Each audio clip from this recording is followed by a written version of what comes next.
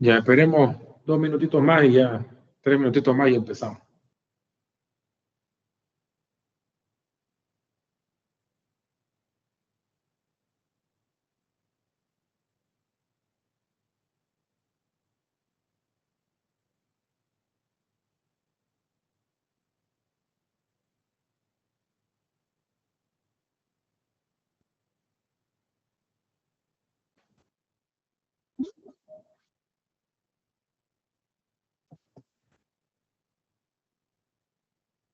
Que ya vamos 8 conectados.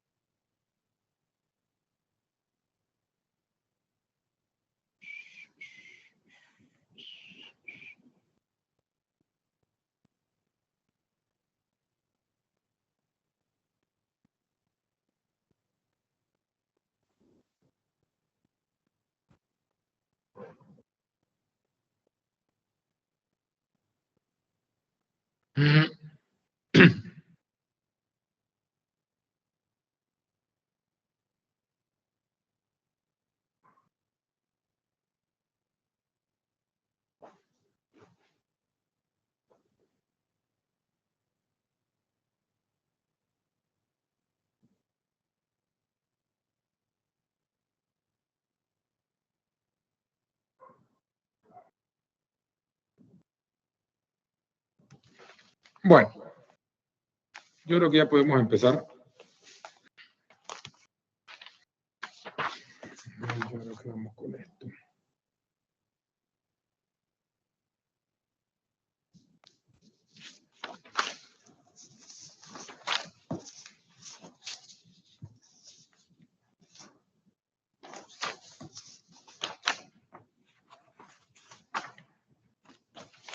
Ya. Bueno, ¿se acuerdan que en la clase pasada estábamos viendo el tema de la autocorrelación? ¿No es cierto?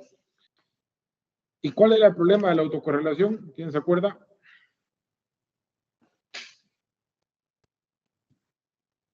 A ver, ¿qué significaba autocorrelación?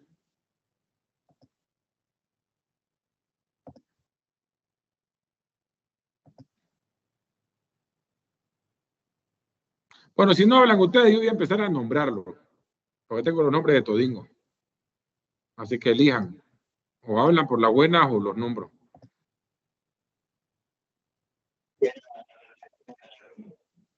La repetición del error.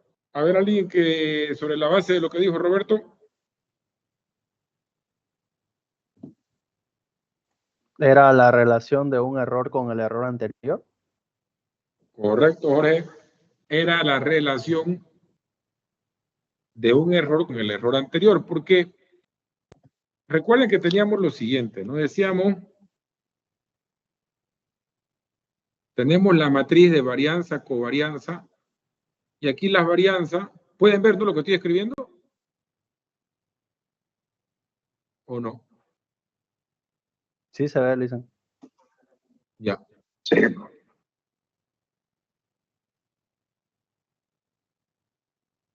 Las varianzas tenían que ser iguales para todos los errores.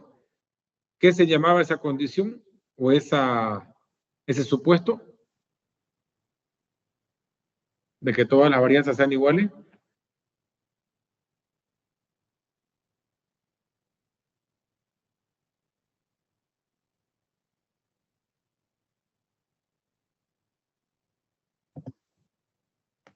Franz Méndez.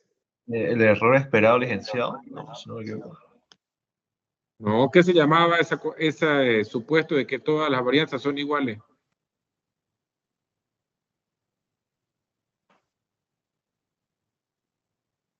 José Cuellar, a ver usted.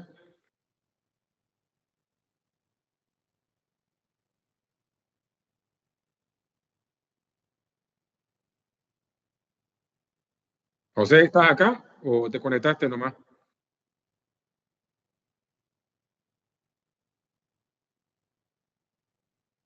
¿Oye? Brian.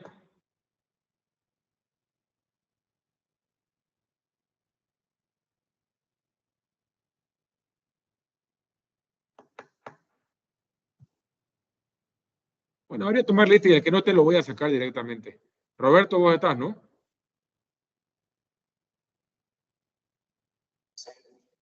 Brian Roya pasa. Sí, Bueno, ¿por qué no responde la pregunta? no me acuerdo. Ya, eso se dice, pues no me acuerdo. Hugo.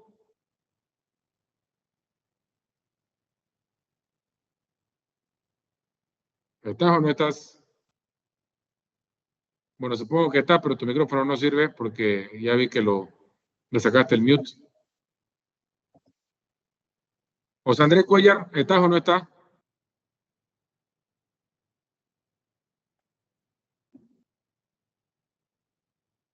Listo, José Andrés no está, se lo saca. Jorge, Presente, Lisa. ya. Mauricio Durán, que acaba de entrar, Presente, Licen.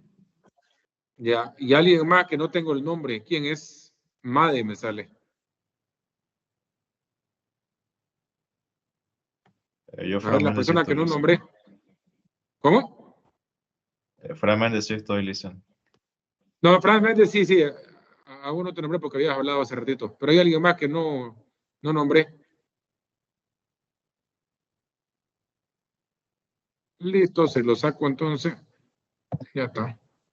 Bueno, el que quiera estar, participa. Bueno, la condición de que el supuesto de que todas las varianzas son iguales se llama homocedasticidad. ¿No es cierto? Significaba que el valor esperado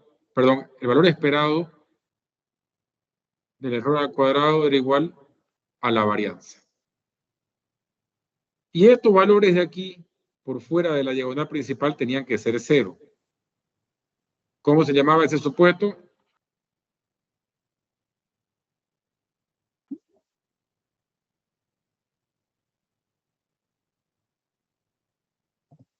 A ver, Jorge, ¿cómo se llamaba ese supuesto? La verdad no tengo, o sea, no recuerdo bien, Lisa. ¿Alguien que se acuerde?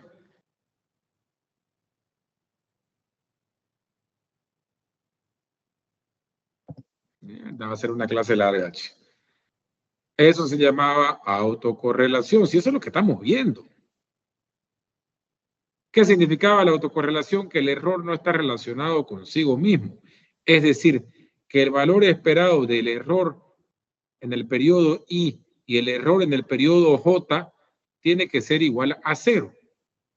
Eso es todo. ¿Ya? Ahora, ¿qué pasa en una matriz cuando hay autocorrelación? Ya lo vimos la clase pasada, ¿no? Vimos que si hay autocorrelación, los coeficientes siguen siendo insesgados, siguen siendo consistentes, pero mínimos cuadrados ordinarios no es el mejor estimador. ¿Ya? ¿Por qué no era el mejor estimador? Pues justamente porque como no es eficiente, cuando calculamos el t,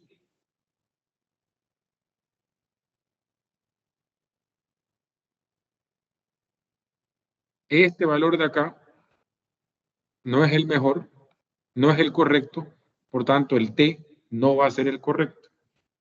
Y si el t no es el correcto, no puedo hacer la inferencia correcta. Por cierto, le voy diciendo ahorita, para que después no digan que no se lo dije. La tarea se presenta el próximo lunes, la tarea 3.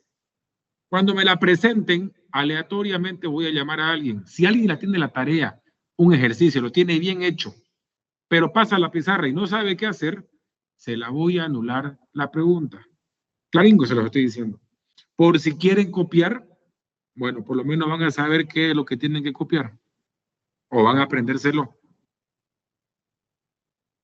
Se la están tomando la materia a chiste. Se los estoy diciendo ahorita. Bueno, ese es el problema de la autocorrelación, que no se puede hacer inferencia. ¿Ya?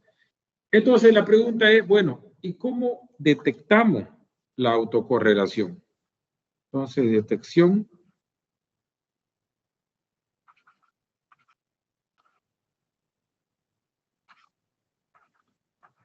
de la autocorrelación. El método que vamos a usar, que es el más común, bueno, hay dos métodos. Uno es el de Durbin-Watson, que es el más común y es relativamente sencillo. Y el otro es el de la prueba LM,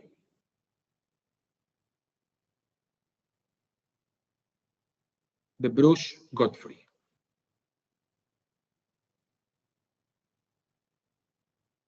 Bruch-Godfrey.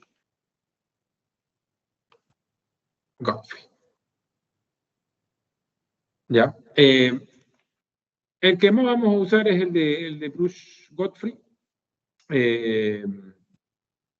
Pero la verdad es que ambos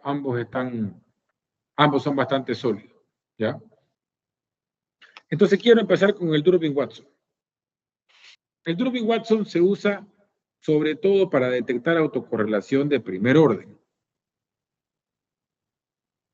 Dado el siguiente modelo, por si acaso, todo esto que estoy escribiendo aquí en esta presentación, después la voy a guardar y se las voy a enviar, ya para que no copien lo mismo que estoy copiando yo y no perdamos el tiempo en eso. Entonces, digamos que tenemos el siguiente modelo.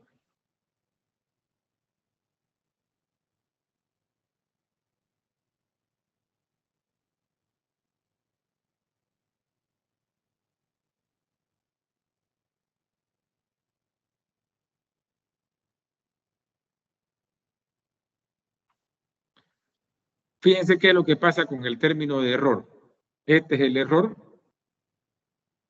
pero ese error está relacionado con su pasado inmediato. O sea, se viola el principio de no autocorrelación. ¿Ya? Esto es lo que se conoce como un proceso autorregresivo de primer orden.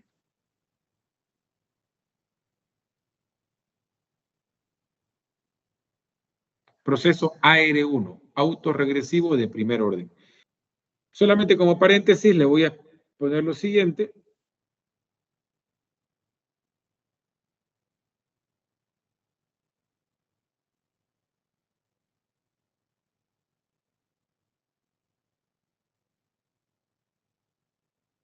Esto de acá es lo que se conoce como un proceso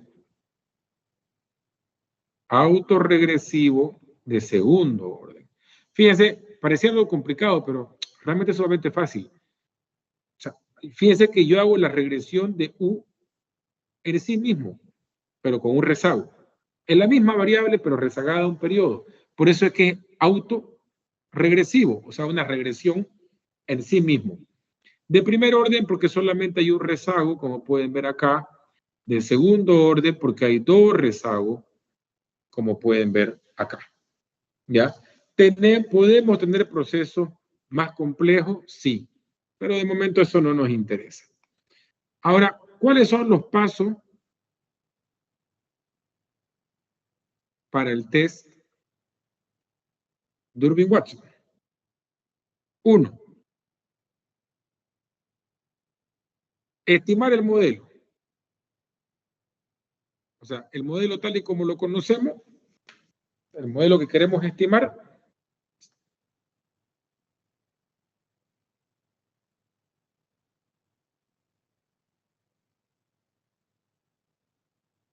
tenemos aquí varias variables independientes. En general podemos decir que tenemos K variables independientes, ¿ya? Y lo estimamos esto por mínimos cuadrados ordinarios. Ahora, ¿cuál es el problema acá? El problema es que justamente el término de error es autorregresivo. ¿Ya? ¿Y yo qué es lo que voy a hacer? voy a hacer dos hipótesis. La primera hipótesis es que ρ, ese valor que ven acá, ρ, sea igual a 0.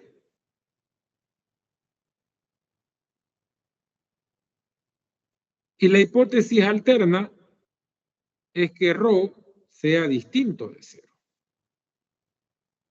Pregunta, ¿qué pasa si ρ es igual a 0? Es decir, ¿qué pasa si no puedo rechazar la hipótesis nula?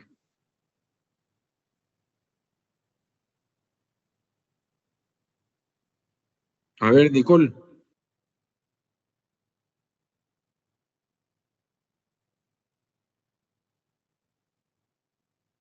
Nicole, ¿estás acá? Nicole. Bueno, Nicole no está. La sacamos. Miriam.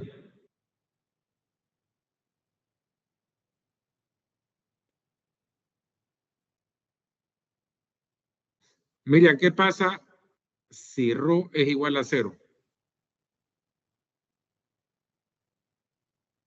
Miriam, ¿está?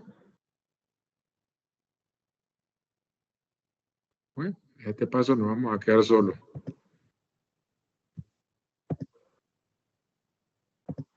Edson. ¿Qué pasa si ρ es igual a 0? Si no saben, díganme, no sé, ¿no? Pero por lo menos quiero saber que están prestando atención. ¿Aceptamos la hipótesis? Ya, pero si aceptamos, en realidad no la podemos rechazar, ¿no? Bueno, ya aceptamos la hipótesis, pongámoslo así de forma coloquial. Pero en ese caso, Mauricio, si aceptamos la hipótesis, ¿qué implica para esto que estamos viendo de autocorrelación?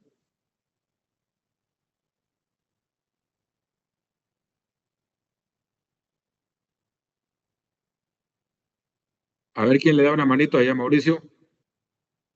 Edson, ¿estás acá?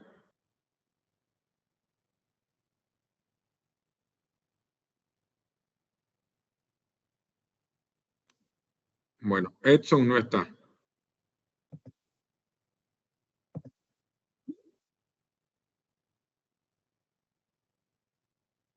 ¿Quién más? A ver, don Franz.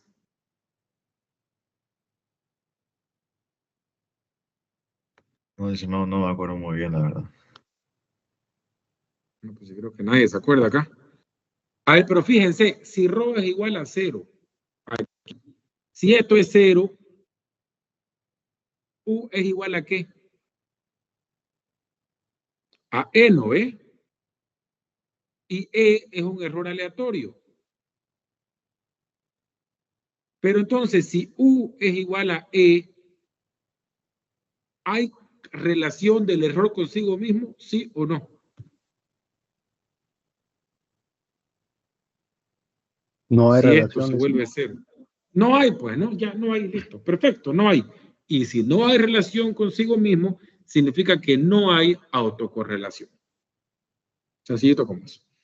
Entonces, voy a borrar esto de acá. Dicen entonces ahí se rechazaría la hipótesis.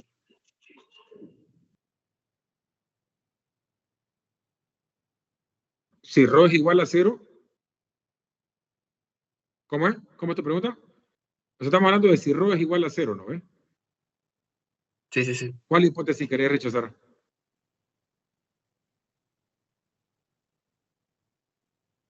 La Porque hay dos nula, la hipótesis. alternativa, dice. Ya. Por eso, claro. Entonces, si ρ fuese igual a 0, esta sería la hipótesis correcta. Y si esa es la hipótesis correcta, significa que no hay autocorrelación, o sea que U no está relacionado consigo mismo. ¿Ya? Eso es todo lo que tenemos que hacer. Probar si es que U tiene esta estructura o no. ¿Ya? Entonces, el primer paso es estimar el modelo. El segundo paso, guardar los residuos.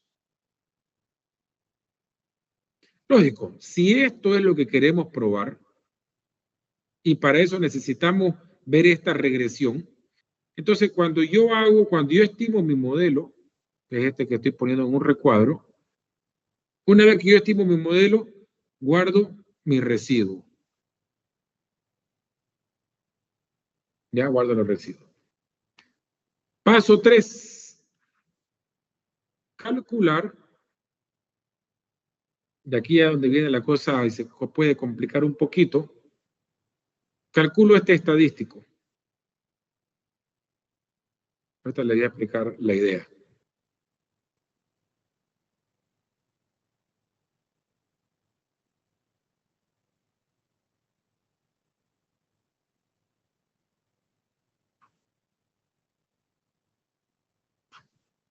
Ya. Este es el famoso estadístico, esta D es el famoso estadístico Durbin-Watson. ¿Y qué es lo que me dice el estadístico Durbin-Watson? Me dice, mire, usted tiene que hacer lo siguiente. Un error menos el error previo. Eso lo elevan al cuadrado. Luego, el otro error menos el error previo y lo elevan al cuadrado. Luego, el otro error menos el error previo y lo elevan al cuadrado. Todo eso lo van a sumar. ¿Ya? Todo eso lo van a sumar. Y una vez que ustedes lo suman, porque esa es la idea acá de la fórmula, lo dividen entre el error elevado al cuadrado también sumado. ¿Ya? Ahora resulta, y ahorita les voy a mostrar por qué, ese valor de D está entre 4 y 0. ¿Ya? Ese valor está entre 4 y 0. Ahora, un segundingo. Ya.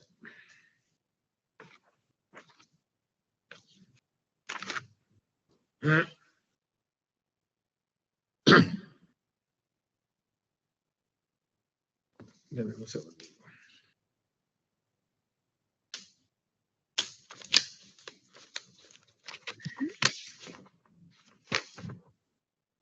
Ya.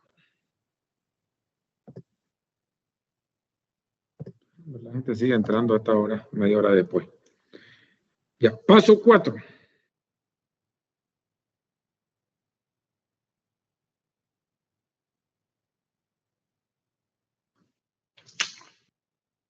El apunte.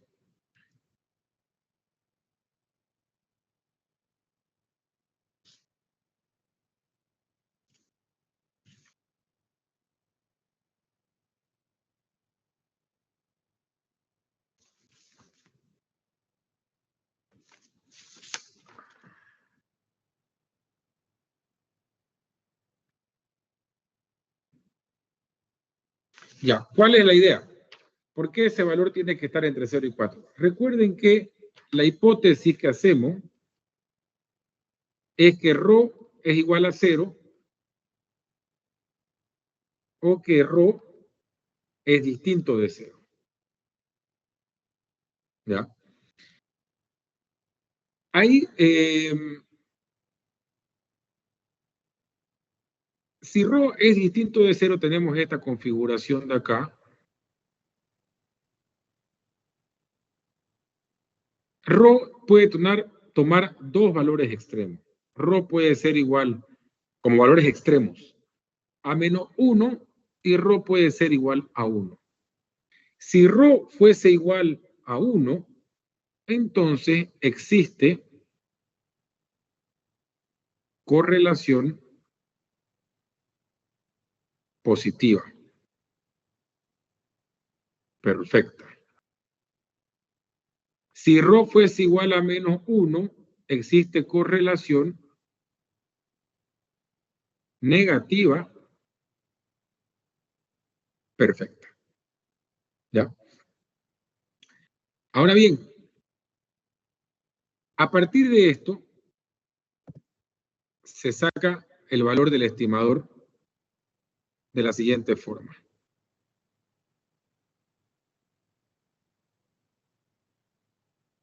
Recuerden que yo les decía que el valor de D tiene que estar entre 4 y 0. Y a partir de esta fórmula de acá nos damos cuenta que tiene que ser así. O sea, ρ puede tomar el valor de menos 1 como un extremo y ρ puede tomar el valor de 1 como el otro extremo. O cualquier valor que esté entre menos 1 y 1. Entonces, supongamos que toma el valor de menos 1. En ese caso, 1 menos 1. Menos por menos es más. 1 más 1 es 2. Y esto sería 4. Por otro lado, si ρ toma el valor de 1,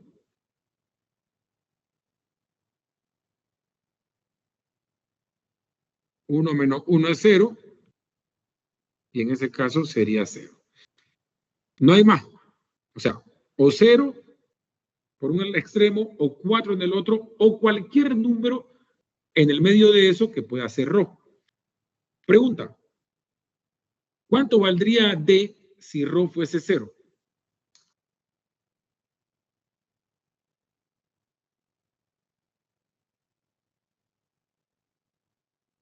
A ver. ¿Está facilín eso? 2. 2, correcto. Con ρ es igual a 0, D es igual a 2. Entonces, si yo tengo aquí distintos valores que D puede tomar, donde el menor valor es 0 y el mayor valor que puede tomar es 4, 0 significa que hay autocorrelación positiva, perfecta. 4 significa que hay autocorrelación negativa, perfecta. Dentro de este espectro, dentro de esta línea que va de 0 a 4, para no violar el supuesto de no autocorrelación, ¿en qué parte quisieran estar ustedes?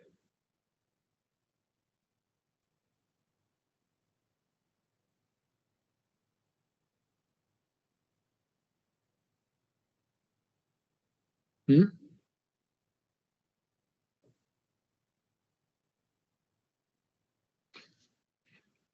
O sea, recuerde que lo que queremos es que esto de acá, perdón,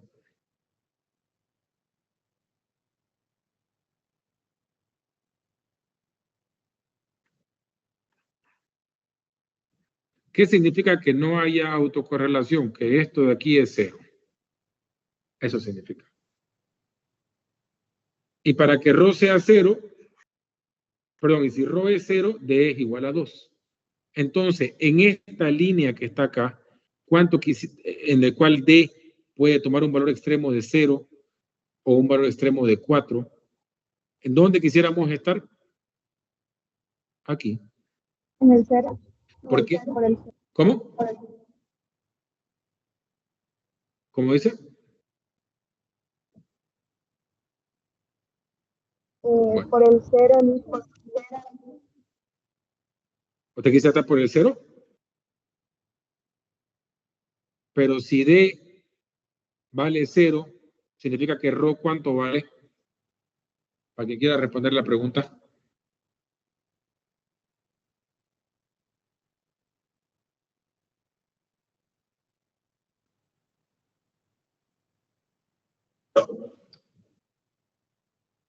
¿Cómo?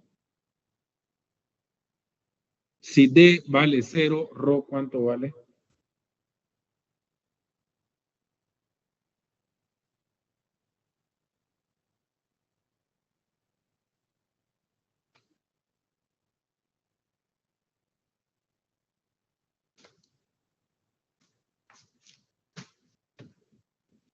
Bueno, nos movemos de acá mientras no me respondan eso.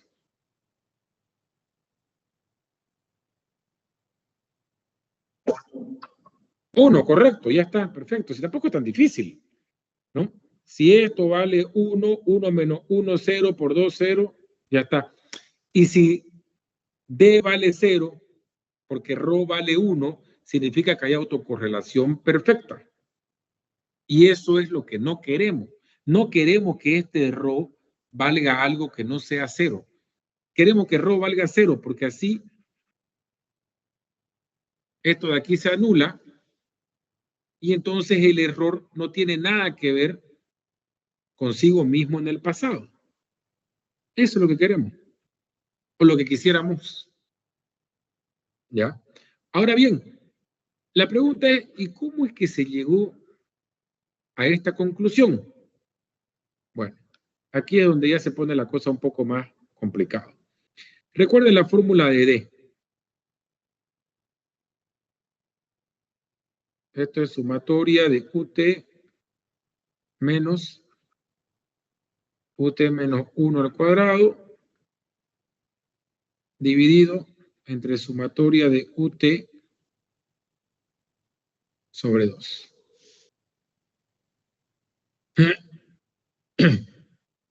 Esto es básicamente, esta fórmula de acá, es básicamente lo mismo que beta. Misma fórmula que se usa para calcular beta, que es covarianza de XY sobre varianza de Y. Fíjense, la parte de arriba es la covarianza, la de abajo es la varianza. ¿Ya? Ahora, ¿qué es lo que voy a hacer aquí? Ese cuadrado que está arriba lo vamos a desarrollar. O sea, sumatoria de el primer número al cuadrado, o el primer término al cuadrado, menos el doble producto del primero por el segundo, más el segundo al cuadrado.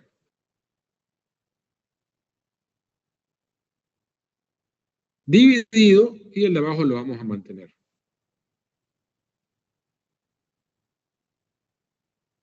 ¿Ya? De hecho, para no crear confusión, lo vamos a poner este 2 donde tiene que ser aquí por dentro. Ya. Ahora, ¿qué es lo que vamos a hacer acá? Aquí vamos a hacer un pequeño truquito matemático. Esperen, voy a ponerlo esto un poquito más acá. Ya.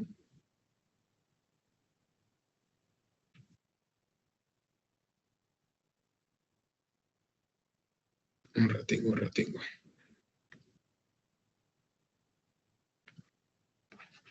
Ya. ¿Qué es lo que vamos a hacer? Vamos a hacer un truco matemático y vamos a multiplicar y dividir ambos términos por un mismo número. Entonces va a quedar así. Voy a multiplicar por n menos k menos 1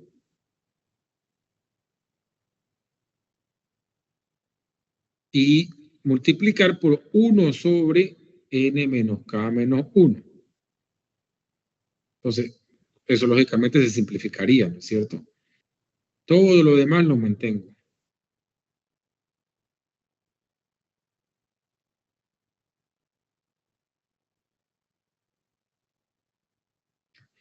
En el denominador hago un truco similar. Lo multiplico por n menos k. Luego aquí sumatoria. Y lo multiplico por 1 sobre n menos k.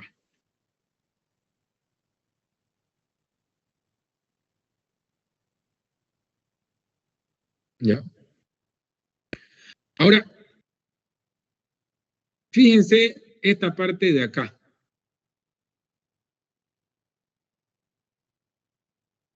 Que estoy poniendo en un recuadro. Pregunta. A medida que aumenta la cantidad de datos, o sea, n, ese término que está en un cuadrito, ¿a cuánto va a tender?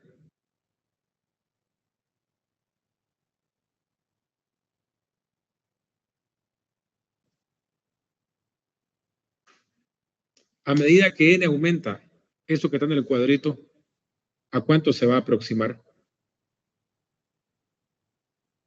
¿A infinito?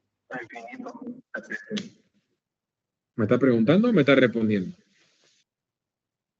Yo medio pregunta, Listen, porque no lo tengo muy claro. A ver, entonces póngale unos números ahí e intente, a ver, sacarlo. Póngale cualquier número acá y ya vaya aumentándole el número a n y me dice a cuánto se aproxima. ¿Quién habló? Jorge habló, ¿no?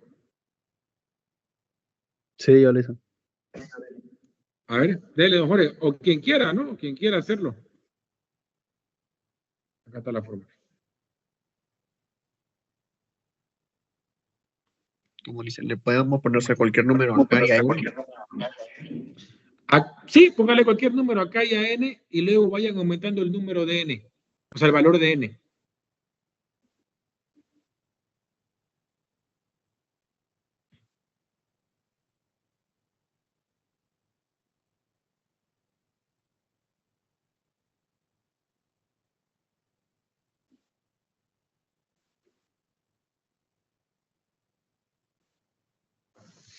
¿A cuánto se aproxima?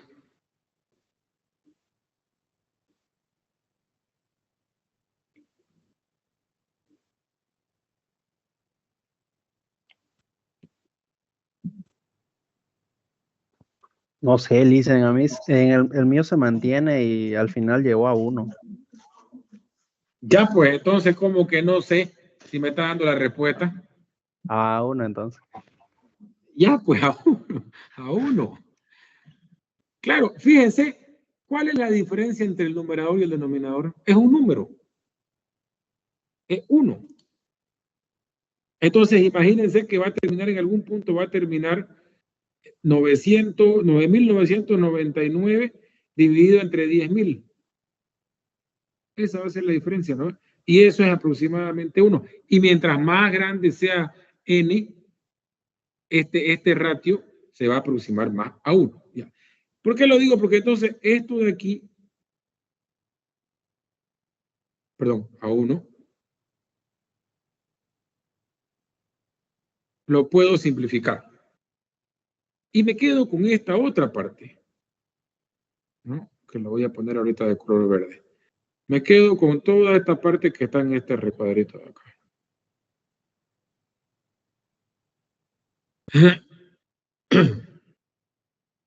Y al final, recuerden que el error al cuadrado era igual a la varianza. Y claro, por eso es que tenemos esta parte de acá, para que eso realmente se convierta en una varianza. Entonces, eso me queda aproximadamente lo siguiente. Ahorita les voy a mostrar de dónde.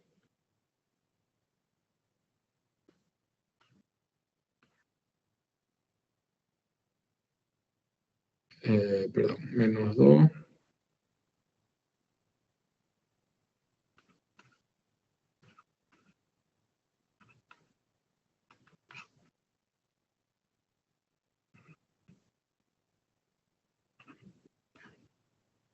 Ya. Fíjense, desde un comienzo hemos dicho que el valor esperado de u al cuadrado es igual a ¿cuánto? ¿O igual a qué? La varianza. Excelente, excelente. A la varianza. Entonces, si yo sumo, porque tengo aquí la sumatoria de todos los u dividido entre esta parte de acá, lo que me va a dar básicamente eso, la varianza. Entonces, esto de aquí se convierte en la varianza.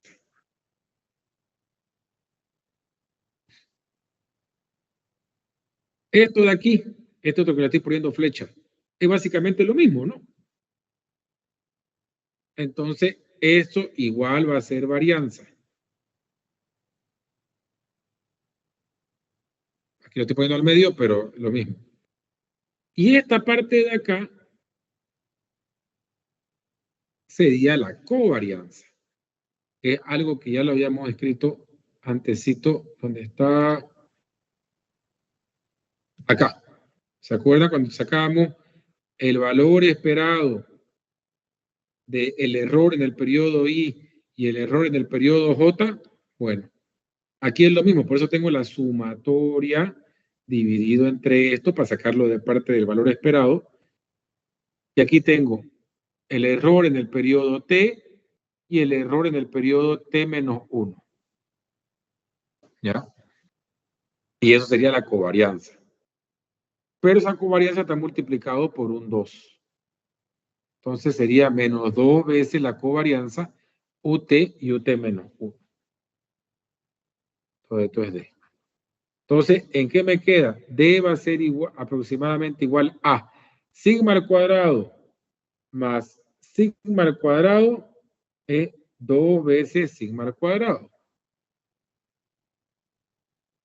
Menos 2 veces covarianza de UT menos 1. Todo esto dividido entre la varianza del término. Finalmente, voy a repartir el denominador y me va a quedar 2 sigma al cuadrado sobre sigma al cuadrado. Luego reparto el denominador sobre esto otro, menos 2 covarianza UT menos 1 sobre la varianza. ¿No es cierto? Esto con esto se simplifica y va a quedar 2 menos 2 covarianza, que es esta parte de acá, sobre la varianza.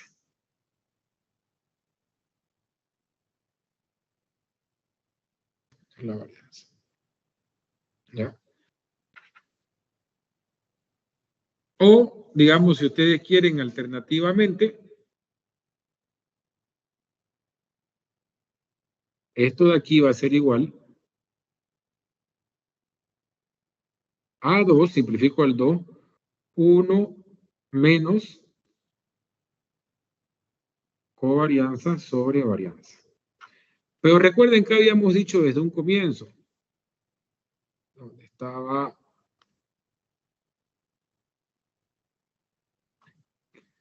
beta es igual a covarianza sobre varianza. Y en esta regresión de aquí que les voy a escribir ahorita, UT es igual a ρ, UT menos 1 más ET. Este ρ, si yo hago una regresión acá, este ρ básicamente es lo mismo que un beta, ¿no ve? Pero ese beta sabemos que se escribe como covarianza sobre varianza. Entonces, si yo hago covarianza sobre varianza, obtengo el beta o equivalentemente obtengo el ρ. Por tanto, este covarianza sobre varianza es ρ. Y D me queda así. 2, 1 menos ρ. De ahí es donde sale esto que yo les había explicado. Esta formulita de acá. Y ahora también ya saben que si ese ρ es igual a 1, D es igual a 0. Si ese ρ es igual a menos 1, D es igual a 4. Pero ustedes no quieren que D sea ni 0 ni 4. Lo que quieren es que ese ρ sea 0 para que D sea 2. Y claro, ¿cuál es el problema? El problema es que ustedes se van a encontrar con que, perdón, ustedes se van a encontrar con que el D le va a salir entre 0 y 4. Pero ustedes quieren que esté cerca de 2. Entonces, así nomás como que a ojo, porque el Durbin-Watson les va a salir en su resultado de Ibius, a ojo, mientras el valor de Durbin-Watson esté cerca de 2, ustedes pueden decir que no se rechaza la hipótesis nula y por tanto no existe autocorrelación. Ahora, ¿qué significa cerca de 2? Bueno, un valor de 1,85 o de 2,15, eso significa que estamos cerca de 2. Entonces, si su Durbin-Watson le sale entre 1,85 y 2,15, no debería tener mucho problema. ¿Ya? Esa es la idea del Durbin-Watson.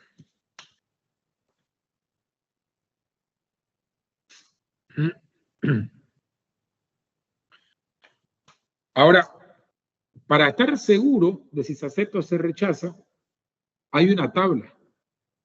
¿Ya? Se fija en cualquier libro de econometría o de estadística, hay una tabla de Durbin-Watson y va más o menos así.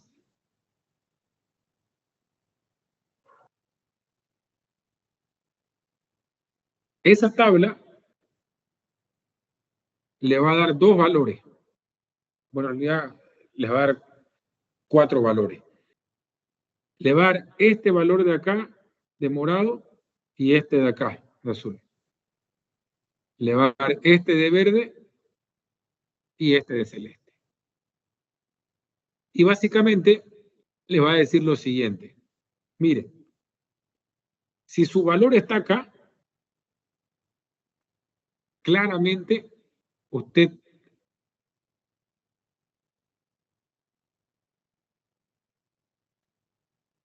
distinto de 0. Claramente su rho es distinto de 0 porque el Durbin-Watson está cerca de 0. ¿Ya? Significa más bien, si está por acá, significa que el rho está cercano a 1.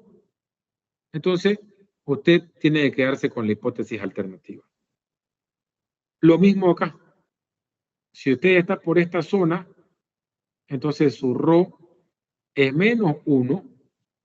¿Ya? Por tanto, usted tiene que quedarse con su hipótesis alternativa. Si está por esta zona, usted se queda con su hipótesis nula, porque rho está cercano a 0. Y ustedes se estarán preguntando, ¿y qué pasa si quedamos por aquí o por aquí? Ahí no se puede decidir. O sea, el test no es concluyente.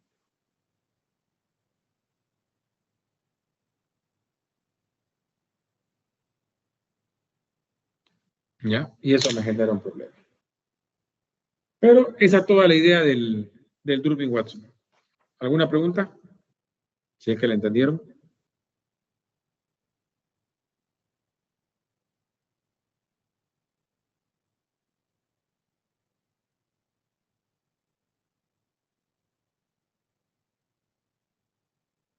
Ya. Bueno, ¿qué hacer si existe autocorrelación? ¿Ya? Entonces, porque digamos que lo detectamos y queremos saber cómo podemos hacer para remediar el problema. Entonces vamos a escribirlo acá.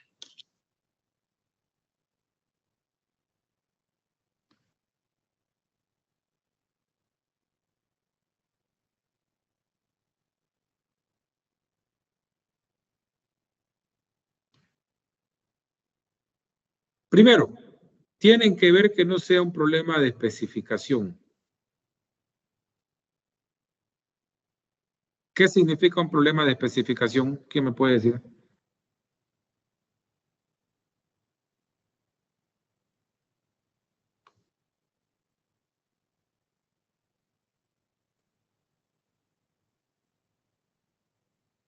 ¿Alguien? Si no, pues yo empiezo a nombrar. ¿Qué es un problema de especificación?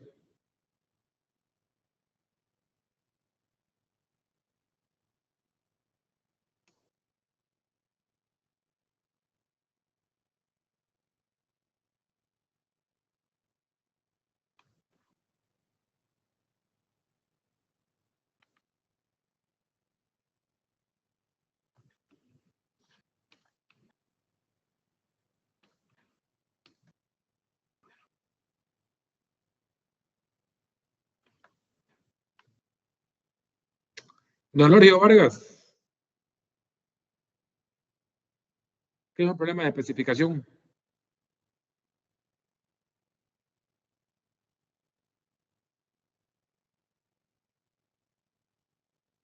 Lorio, ¿estás?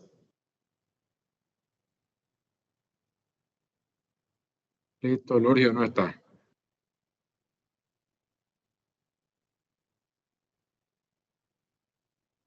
Mauricio Durán, ¿qué es un problema de especificación?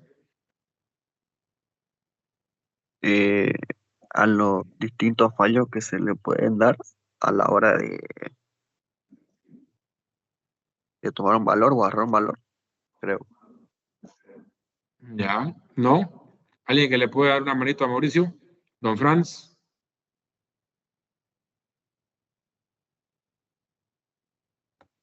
No sabría eso, la verdad, no. Jorge. ¿Es cuando el modelo Roberto. no está bien definido? ¿O no? ¿O sus Ya, metas no ¿y son por las qué? correctas? Exactamente. Y si sabe por qué no habló desde un comienzo, no tiene aquí perdiendo el tiempo. Es correcto. Muy bien. Cuando el modelo no está bien definido. Significa, por ejemplo, que incluí una variable que no debía haber incluido, ¿no ves? O a lo mejor omití una variable que debía haber incluido. Correcto. Eso es un problema de especificación. El modelo está mal especificado. ¿Ya? Entonces, ese puede ser un problema.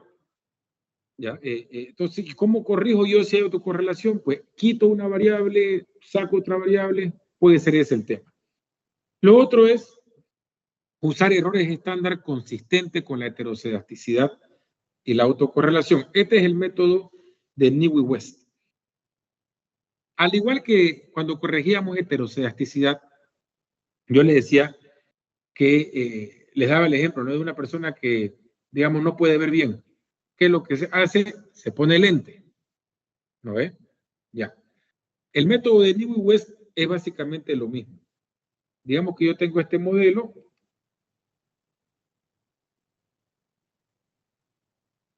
¿Ya? Y resulta que hay un problema de autocorrelación. Si yo aplico el método de New y West para corregir, los beta se van a mantener. Esto se mantiene tal cual. ¿Ya? ¿Qué es lo que hace entonces el método? El método agarra esa matriz que yo tenía, esa matriz que tiene problema, digamos que no hay problema de heterocedasticidad, pero aquí, que se debería ser 0, este y esto, todos estos valores deberían ser 0, digamos que no son 0. ¿Ya? Entonces, el método de New y West dice, mire, usted tiene un problema de autocorrelación y yo lo que voy a hacer es simplemente aceptar que hay ese problema y voy a buscar la forma de corregir esta su matriz. Le corrijo su matriz para que cuando luego usted haga inferencia y saque su T, esta T sea correcta. Porque recuerden, el mayor problema de la autocorrelación es que mis betas son ineficientes. ¿Qué significa ineficiente? Que el error no es el correcto. O sea que esto de aquí no es el correcto. El método que vamos a usar nosotros, hay una tercera forma de solucionar esto, es usar mínimos cuadrados generalizados. Este es otro algoritmo para calcular los betas. ¿Ya? Así como se acuerdan que para resolver el problema de heterocedasticidad se podía usar mínimos cuadrados ponderados, aquí se puede usar mínimos cuadrados generalizados.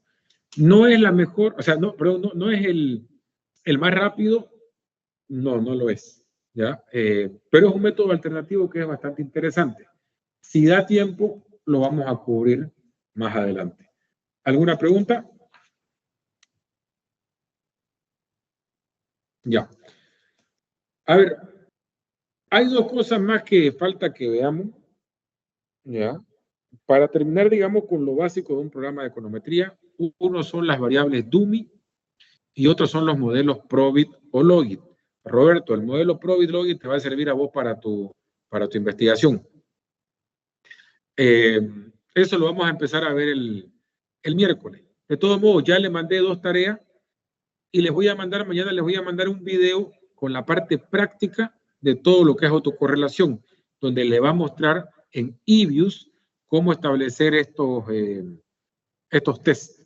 ¿Ya? ¿Alguna pregunta? Bueno, nos vemos el miércoles.